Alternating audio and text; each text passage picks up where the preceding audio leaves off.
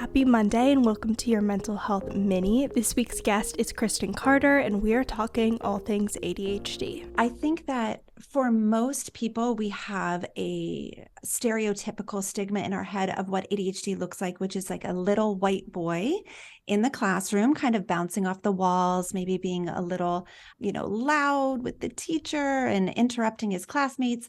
But really, ADHD is so much more than that. And so if someone in their teens is struggling with disorganization, chronic stress, chronic overwhelm, inability to manage things and be able to kind of like juggle all of the balls, so to speak, those are really good things to look out for because so much of what children have to go through, their parents help them. It's very age appropriate. It's very developmentally appropriate for a parent to help a kiddo remember their homework, make sure the forms are filled out, all of that. But as the support system is lessened because the person is aging out of it developmentally, that's when usually things start to fall apart. So a diagnosis is so helpful because it gives you information. It just allows you to see through a much clearer lens what's going on and the root cause of all of the obnoxious symptoms that are coming up. Because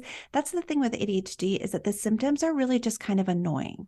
And another thing about it that is tricky is that every single human struggles with organization from time to time. Every single human struggles with emotional dysregulation from time to time. So the things that are actual diagnostic criteria for ADHD are things that the majority of the human race struggle with from time to time. But the difference is for an ADHDer, those symptoms are debilitating. Those symptoms are keeping them from reaching their potential. So if you can, I always encourage people to get a diagnosis, even if you don't plan to medicate.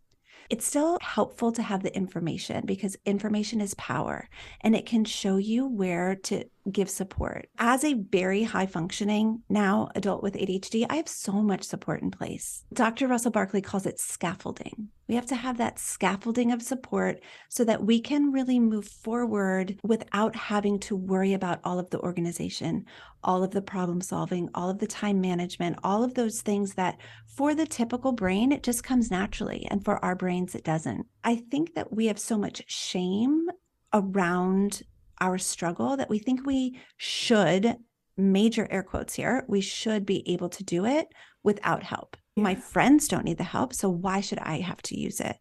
And it's just really a shame-filled diagnosis in so many ways.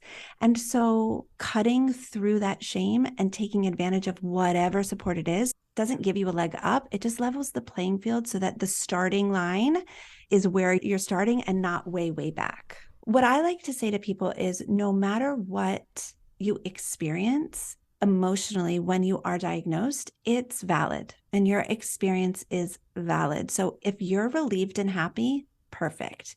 If you're angry and feeling tons of regret, perfect. It's supposed to feel this way. And then the journey of accepting it can really take a while. There's some flaws in our system when it comes to a diagnosis because a lot of times the clinicians diagnosing, they don't even have a robust understanding of the diagnosis. It often goes misdiagnosed or undiagnosed, especially in women and girls. And so what I would say is make sure to be your own advocate and do all kinds of research. The statistics right now for the percentage of the population that's diagnosed with ADHD, I think is around 3 to 4% of children. I believe that that is most likely an underdiagnosis. I think there's a lot more people with ADHD than have been diagnosed. And I think that goes back to all of the symptoms of ADHD are pesky symptoms or things that people struggle with, every now and again. But now that we have so much access to information, there are so many people saying, wait a second, I don't think it's anxiety that I have, or I don't think it's depression that I have, or I don't think it's bipolar that I have. I think it's actually ADHD. And so I think it's a result of self-advocacy. We're seeing an upswing in diagnoses because of access to information that we haven't always had. And one of the good things coming out of it is there's a lot of coaches being trained to support people with ADHD. And coaching changed my life, and it's changed, thousands of people that I've worked with.